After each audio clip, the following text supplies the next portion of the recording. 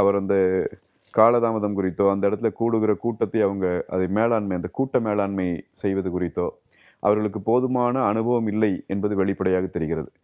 அப்போ அதே மாதிரி அந்த மாரி ஒரு ஒரு கிரைசிஸ் நடந்த பிறகு, ஒரு பிரச்சனை நடந்துருச்சு, ஒரு துயர சம்பவம் நடந்த பிறகு, அதை எப்படி ஹேண்டில் பண்ணணும், அந்த இடத்துல தன்னை எப்படி கொண்டு போய் நிறுத்திக்கணும் அப்படிங்கிறது குறித்தான அனுபவமின்மை அவர்களுக்கு இருக்கிறது. அவர்களால் அதை ஹேண்டில் பண்ணவே முடியல அப்படிங்கிறது தான் இப்போ வரைக்கும் நமக்கு தெரிகிற விஷயம். எனவே இதெல்லாம் அவர்கள் சரி செய்திருக்க வேண்டும். அவர் அந்த நேரத்திலே போக முடிந்ததா, முடியலையா, அடுத்த நாள் அறிக்கை விட்டிருக்கலாமா, அவர் அறிக்கை விட்டார்னா அந்த அறிக்கையில் என்ன எழுதி அவர் பேசணும், இதையெல்லாம் நாம் டிக்டேட் பண்ண முடியாது இல்லைங்களா?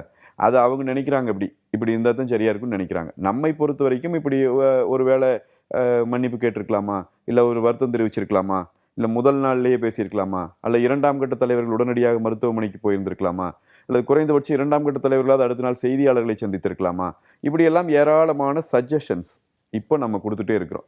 ஆனால் அதை அதை அந்த அந்த விஷயங்கள் குறித்து அவர்களுக்கு உண்மையிலேயே அனுபவம் இல்லை என்பது வெளிப்படையாக தெரிகிறது. அதுதான் நான் பார்க்குறேன். இந்த அனுபவமின்மையை அவர்கள் சரி செய்திருக்க வேண்டும். அதற்கான ஆட்களை உடன் வைத்திருந்தால் ஒருவேளை அவருக்கு இந்த அளவுக்கான சிக்கல்கள் வராமல் அவர் தப்பித்திருக்கக்கூடும். ஓகே.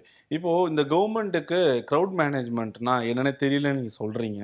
அப்ப இந்த 4½ ஆண்டுகள்ல பல்வேறு அரசியல் கட்சி தலைவர்கள் நடத்தின கேம்பெயின் சரி, மாநாடு சரி, இங்கெல்லாம் செய்ய தவறியதா இங்க தவறிட்டுன்னு நினைக்கிறீங்களா? ஆமாங்க. இப்போ கிரவுட் மேனேஜ்மெண்ட் அரசுக்குன்னு நான் சொல்லல. நான் விஜய்க்கு தான் சொன்னேன். விஜயினுடைய கட்சிக்காரங்களுக்கு அது பற்றியான போதிய அனுபவம் இல்லை, அந்த புரிதலும் இல்லை. இல்லை, அண்ணாமலை ஆளுங்கட்சிக்கு சொல்லியிருந்தாரு. ஆளுங்கட்சிக்கும் நான் சொல்கிறேன். அதனால தான் நீங்கள் சொன்னப்போ நான் அக்செப்ட் பண்ணிக்கிட்டேன். ஆளுங்கட்சிக்கும் இந்த நிகழ்வை பொறுத்த வரைக்கும் இப்போ இவங்க சொல்லிகிட்டே இருப்பது இப்போ கள்ளழகர் ஆட்சியில் இறங்குற அந்த வைபவம் எவ்வளோ காலம் நடக்குது, அதில் உயிர் பலிகள் நடந்துச்சு இந்த ஆண்டு, போன ஆண்டு நிகழ்ந்த போது.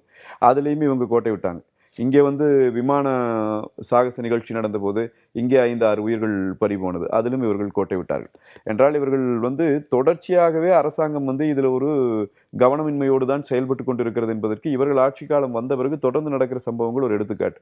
அதில் ஒரு மிகப்பெரிய சம்பவமாக இது நடந்திருக்கிறது. அப்போ இதில் அரசின் மீது நாங்கள் குறை சொல்வது அப்படிங்கிறது உடனே ஏதோ விஜய் சப்போர்ட் பண்ணிட்டு இருக்கிறோங்கிற மாதிரி ஒரு நரேட்டிவ் இவங்க போகிறாங்க. அப்படி அல்ல.